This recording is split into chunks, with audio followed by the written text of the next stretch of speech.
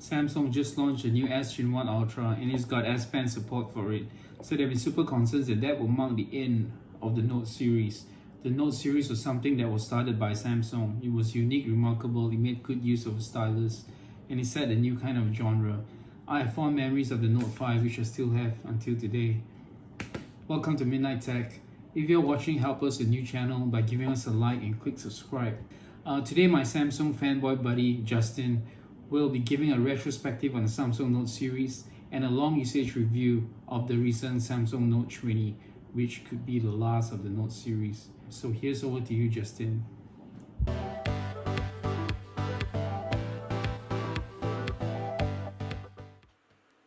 Hey guys, today I'll be reviewing a 1-month-old Samsung Galaxy Note 20 Ultra on behalf of Midnight Tech.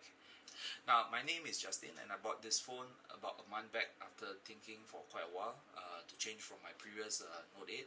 I've been a Note fan for quite a long while, since the Note 2, and I have a Note 3 still working, and those are already with my uncle. And at the same time, I have my Note 4 over here still running fine.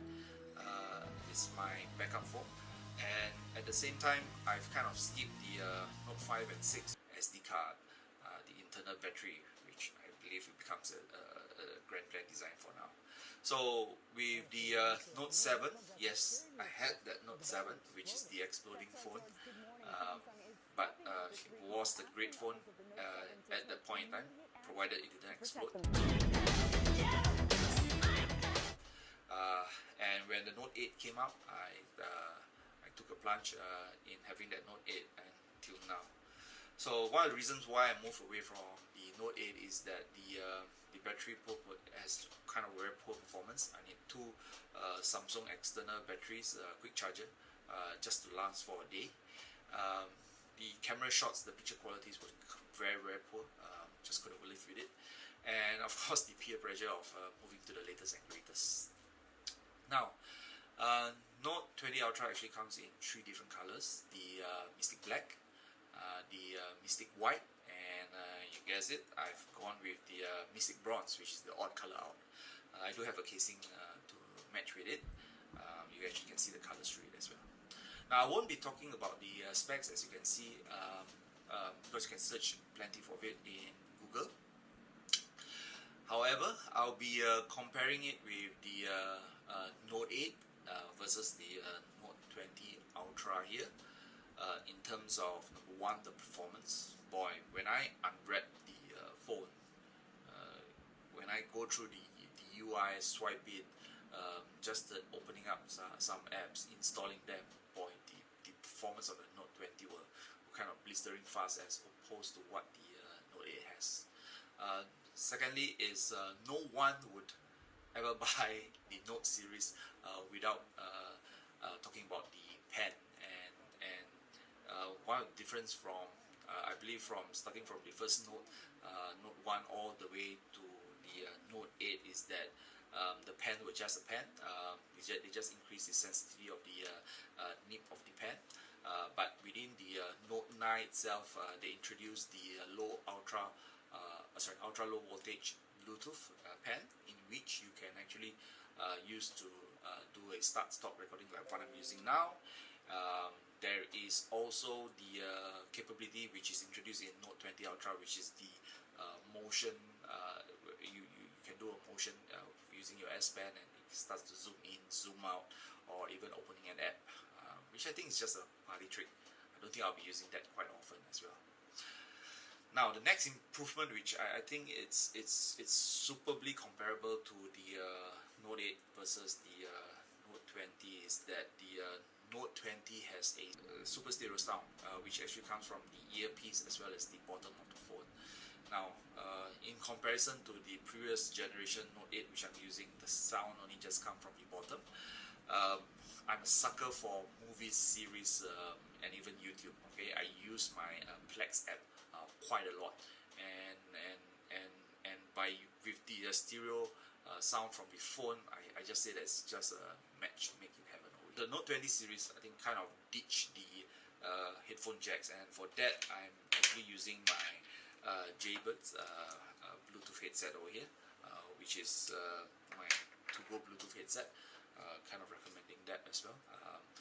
The app called Wellbeing, and with that app you can actually kind of protect your ears with the minimum sound you want to when it starts, and the maximum sound you can hear within the Note 20 Ultra. Let's go to the UI. Now, with regards to the UI, if you're coming from the previous Samsung generation, for example, like coming from Note 8 to the Note 20 Ultra over here, you feel kind of at home, because the kind of interfaces which it uses, it's kind of like a seamless migration. There's a nifty application within the Samsung ecosystem, which is called the Smart Switch, in which allows you to migrate from your previous Samsung phone or even some Android phone all the way to the Note, which also transfer the messages, contacts, some of the apps. The other feature which I think is kind of a biggest improvement over here compared to the previous Note series is that the Note 20, there is a search function in which you can actually search besides the settings as well as contacts. You actually can search through the documents in your phone, within your phone. You also can search through Spotify or any music files you have, and which means that it's kind of intelligent to know where it is. For example, if I search a keyword, it actually can search all the way through my ebook reader. Okay, that's how good it is. Now, I was talking a bit on the Wellbeing app, but one of the couple of the intuitive feature which I think the Wellbeing app works well is that it has the screen time, the app timers, a bedtime mode, which I'm using it, and which I think everyone needs as well, in which you can actually set the timing from for example, I've set from 2 o'clock to 2 a.m. to 5 a.m. That's my real quiet time, which I don't use the phone at all. So I'm a early bird as well. So sometimes I wake up, I just see what's my next activity plan. I'll probably go cycle around. That's how I'm using it. Of course, one of the other feature which you have in the Wellbeing app is the parental control, in which you actually can control which kind of app your kids can use. For example, you want to limit the screen time for YouTube. You do not want them to open any of the other apps as well. So that makes a good experience in terms of passing a phone to your kids. Now, the forte, I guess, in this phone is the picture quality it takes. It's a huge leapfrog between what I had from the Note 8 to the Note 20 Ultra. The most wonderful feature, which I think it is the single take.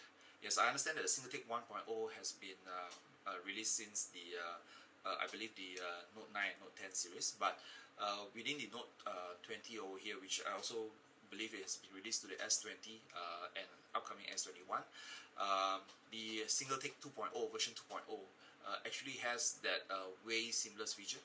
So what it does is that you just turn on the use the single take, just click on it. There will be a 60-second window. You can move, you can pan around, you can zoom in, zoom out, you can even switch orientation of the phone, and I mean the images, and it will capture everything. Okay. Once you're done with it, what happens is that the AI in the phone will actually kind of display out all kind of possible options. Things like sepia, probably go from landscape to vertical mode.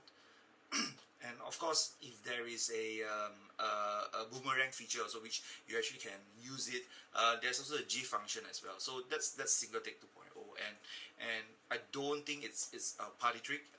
I've been using it in most of my rides on my road bike, or when I go mountain biking, or even go out for sightseeing and everything. The single take 2.0 will be one of my to-go feature. Now, there are many great phones out there. And if you are a user who is looking for a phablet size, when I say phablet size, those are the huge size of screen, and you annotate using pen, which I do, and since the Note 2 series, okay, so I've been using pen and annotate them. It goes to my S Notes feature, which has been migrated all the way to even my Note 20 Ultra. I still do keep notes for quite often and refer to them back.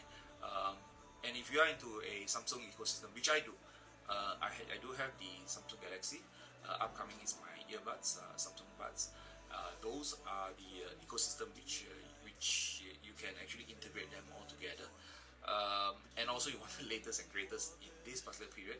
I believe that the Note 20 Ultra is the best choice for now. So to stop with that, so don't forget to subscribe to the Midnight Tech, and do leave some feedback to the comments section below.